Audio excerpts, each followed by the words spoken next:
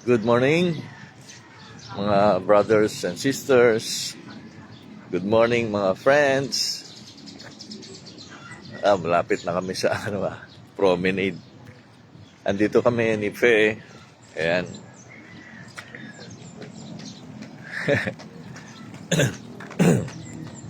So, may event pa din sa may grandstand saka sa Oval. Kaya dito ang walking muna ng mga joggers and walkers. Okay. So, good morning po ulit. May mga nagsa-shortcut pa rito sa sasakyan motor. At nagbabike. Mainit na ba?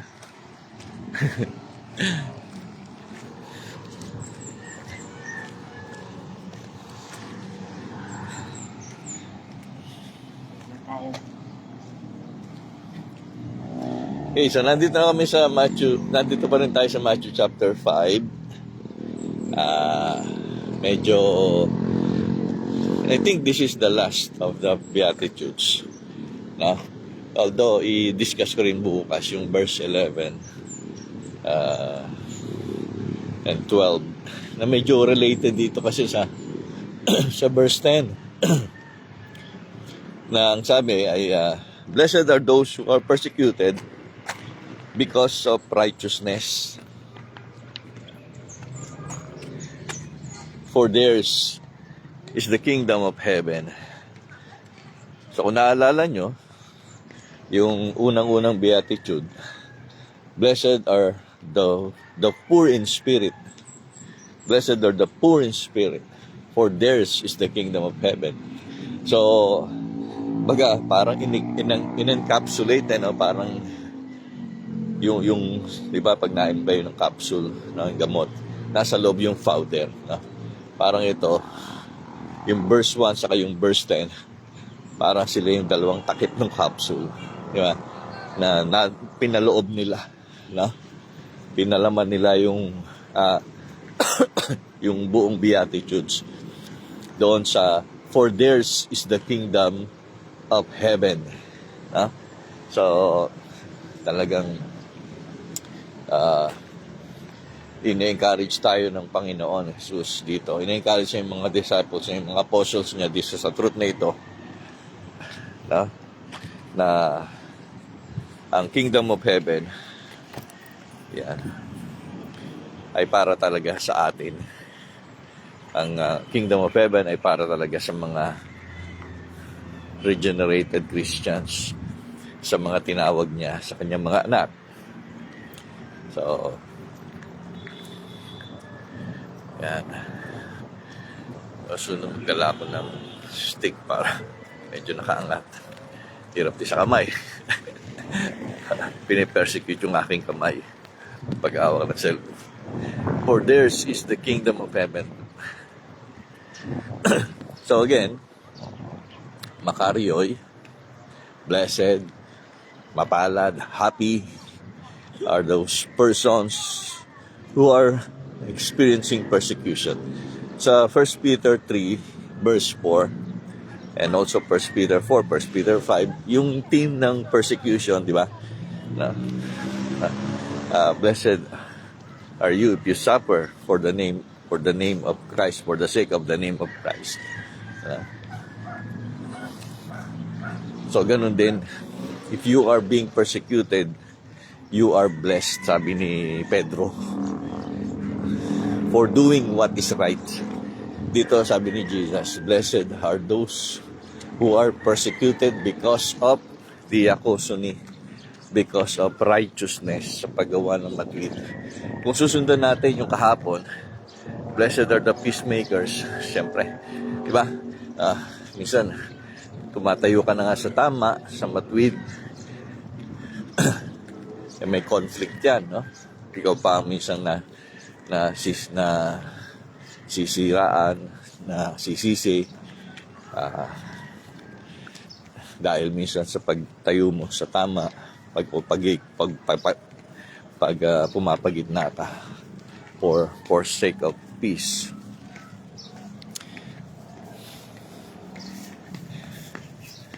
But the Lord said, just continue to do it.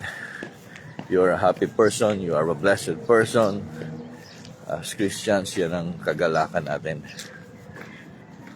For doing what is right. For doing things for the sake of our Christian faith. So hindi lang naman social persecution ito, although yun ang malapit na context sa mga apostles. During the time they were really physically persecuted. Si Paul, nakulong nga siya. Si Peter, ganoon din. And I think it's had been part of their lifestyle. So, naalala ko yung sinabi na sa Philippians, 1 verse 29, for you it has been granted on behalf of Christ not only to believe in Him, diba? Not only to believe in Him, but also to suffer for His sake. So yun no? So bahagi yan, hindi lang ginrant ni Lord na manampalataya ka sa Kanya. No? When you are regenerated by the Holy Spirit, that is the result of your regeneration, you will believe in Him. But also the result would be you will suffer for Him. For His sake. So, not for your sake, not for your wrongdoings, di ba? Yan din yung warning ni Paul, di ba? Sa 1 Peter, tingnan natin. Sa chapter 4, since Christ suffered in His body, arm yourselves also with the same attitude, because whoever suffers in the body is done with sin. So, ganda ng pagkakasabi, 1 Peter 4:1. We are part of Christ. So, yung attitude dapat natin, ready also to suffer. Pero yun nga, not because of bad things.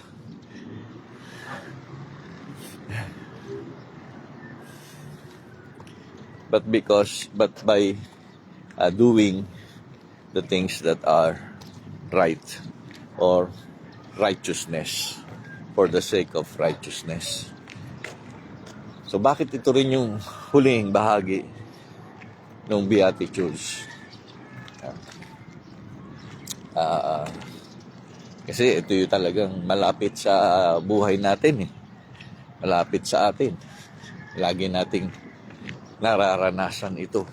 Mga pag-uusig, mga pagtitiis, mga pagsubok, at andun nga yung feeling persecuted, di ba? Or experiencing persecution. So, kung meron man kayo ngayong pinagdadaan ng mga ganito, you have to stand in your faith. Kailangan patuloy kayong tumayo. Tayuan natin ito. Pero who are those who are being persecuted? Because of righteousness, because of doing what is right. I think sila yung mga active Christians. Sila yung mga talagang naninindigan sa Ebanghelyo. Naninindigan para kay Kristo. Gumagampan ng tungkulin ng Great Commission. Hindi naman basta-basta yan mararanasan ng tutulog-tulog lang sa church Kaya mga nakaupo lang ng mga Zimbabwe, yung pagkasimba, uwi. Yung tawag nila dyan, Zimbabwe. Na mga Christians na wala naman silang love for the ministry of Christ. Wala silang heart to share the gospel of Christ. Wala silang sacrifices na ginagawa. You will not experience persecution. You will not suffer for Christ pag ganyan, kapatid. Yung gusto mo lang sumimba to be entertained. Ang iniisip mo, maging komportable ka.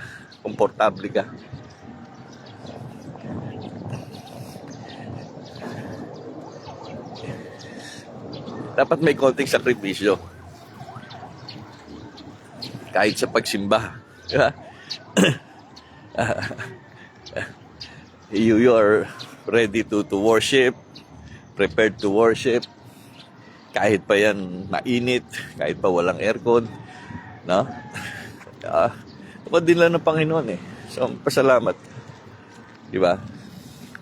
Yung ibang Christians ngayon, after na sila sa comfort ng kanilang sarili, no? So, I'm not saying na mali yun. I'm just saying na minsan, nandun ka nilagay ka ng Panginoon sa isang church na maliit para matulungan mo. Ikaw nga ang pinadala ni Lord doon para makatulong, pero iiwan mo sila. Kasi ang iniisip mo, yung para sa sarili mo. It's like, umiiwas ka sa suffering. Umiiwas ka sa physical persecutions in the sense na sa body mo ito eh. Kaya I think, paulit-ulit yung tema na ito, at ito yung last, no, sa Beatitudes, na talagang may follow-up verse pa. Yung nga sa verse 11 sa verse 12. Kaya mga kapatid, ang encouragement sa atin matindi. For theirs is the kingdom of heaven. No? Mga mamamayan tayo ng langit eh. Wala nang mawawala sa ating pagiging heavenly citizen. No? At kailanman, walang deportation doon. Pag heavenly citizen ka, hindi ka na ma-deport sa hell. Huwag kang makakamba. Because you are now heavenly citizen. Dito pa lang sa lupa, inassure na tayo ng Panginoon ng citizenship natin sa heaven. And ina-assure din tayo na pagdating doon, we will have that possession. Eternally yun, no? Eternal possession natin. Kaya, mapalad tayo, mapalad ka. No? Mapalad ako kasi meron na akong walking, meron pa akong sharing of the word. Medyo, sabi ni Fe, kailangan maaga-aga pa kami kasi medyo mainit na. Sabi nga,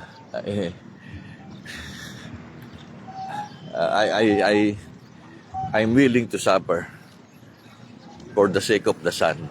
No? Double meaning yata yung sun doon. No? For the sake of sunshine's vitamin D, di ba? And for the sake of the sun, for the sake of Christ, sharing His word. Ito sa kabila na medyo, pero ready naman ako eh. So, may narinig pa kayo nagtitinda ng puto. Makaryo eh. Happy tayo. So, isang reason ng happiness natin. Ewan ko, makikita nyo sa aking likuran.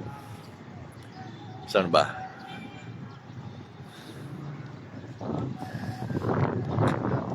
Ayan. Yung sa may puno. Ayan. Ayan kung kita nyo yun. Kita nyo ba? Oh.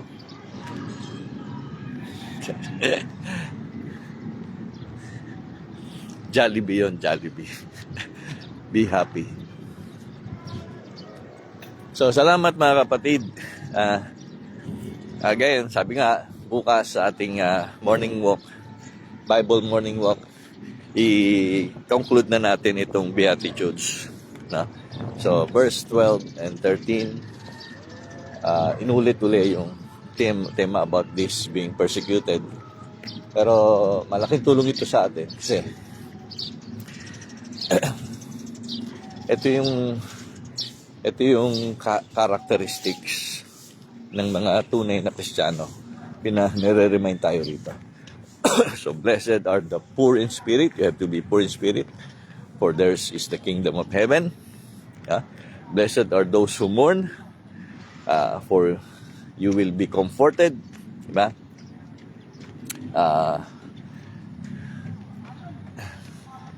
Blessed are the meek. Yun, meek. Nakalimutan ko yung meek. For they will inherit the earth. So yung meekness na yun, remind ko sa inyo na hindi lang siya being humble, but being gentle also. Kahit na anong mga narinig sa paligid, he tries to be meek. Tapos nga, kasunod nun is yung those who hunger and thirst for righteousness. Na, ayun, naulit nga pala yun, no?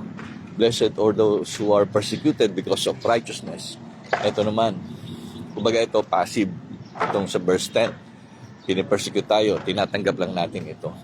Pero ito naman, blessed are those who hunger and thirst for righteousness. Ito active, no? Yung pang-apat, no?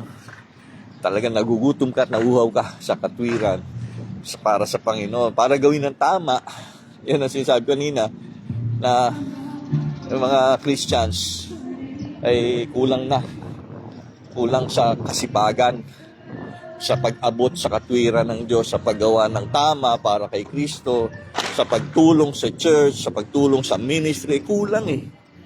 Daming kulang. Daming mayayaman niyang church eh. Pero kulang ang ginagawa nila para kay Kristo. Hindi niyo na madadala yan sa Kanya, sa karya ng Diyos. Yung kayamanan niyan. Habang nandito tayo, gamitin niyo yan. Gawin natin yung tama para kay Kristo. Daming nangangailang simbahan. Tulungan nyo, mga Kristiyano nangangailangan. Magtanim kayo ng mga simbahan. No? Para yung gospel ay talagang kumalat. Kasi kung dumadami ang mga false teachers ngayon, dami nung mga nagreklamong, no? Mga church, mga pastor, dami yung mga false prophets daw sa panahon ngayon. Di, magtayo kayo ng Bible school. Dami yung pera eh. Para dumami naman yung mga tamang mga prophets, di ba? Yung mga tamang mga ngaral, tamang mga evangelist, mga tamang mga pastor, na maghahayag. Ito, gamitin nyo yung pera nyo, gamitin nyo yung kakayahan na binigay sa inyo ng Panginoon. So you hunger and thirst for righteousness. No? Reklamo tayo ng reklamo. Hindi naman tayo kumikilos. Diba? So, tapos, blessed are the merciful, for they will receive mercy. Yan. Tatanggap ka ng kahabagan ng Diyos. Tumanggap ka na nga eh.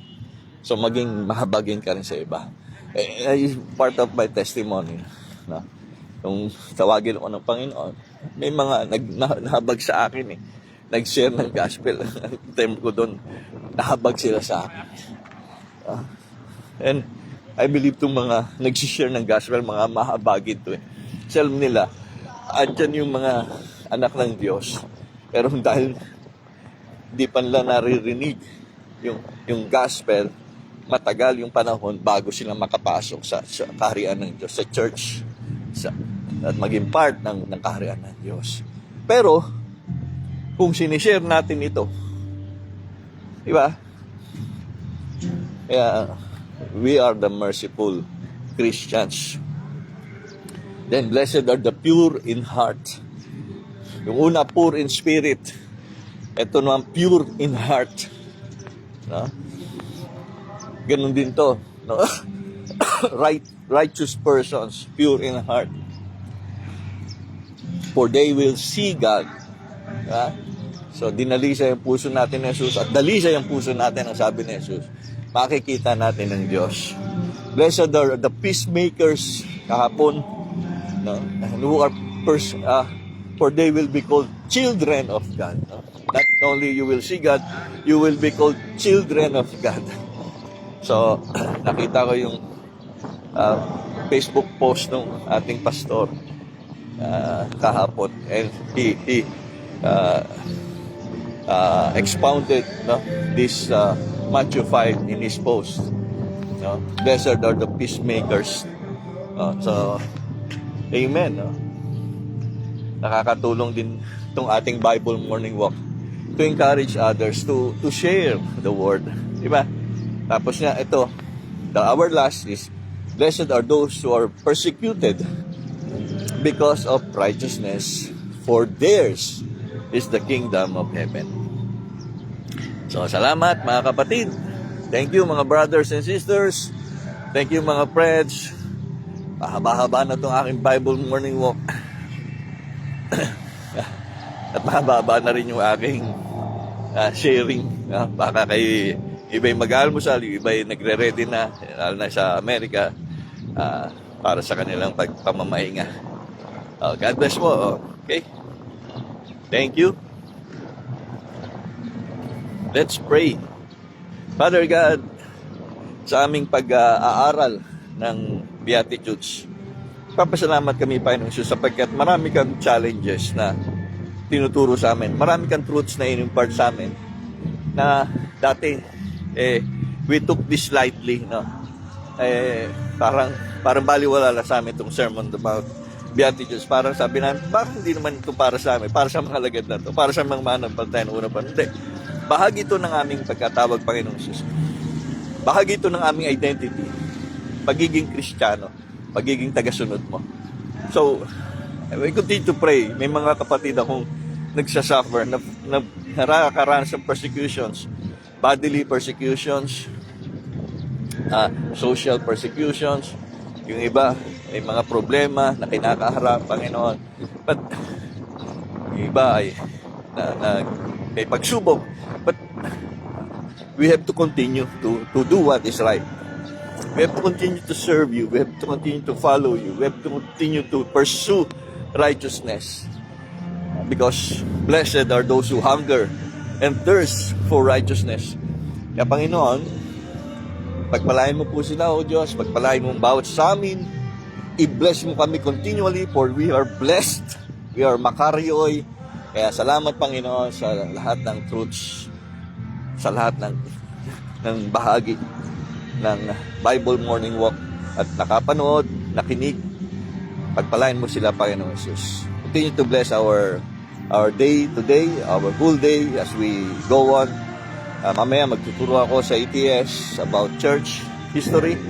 So, bless mo kami, Panginoon, sa learning namin bukas sa PTS about Hebrew and Greek languages. Bless mo rin mga servants mo na piniprepare para gumawa ng tama sa ministry mo, Panginoon. Amen. Amen. Thank you, Jesus. In Jesus' name, amen. God bless po.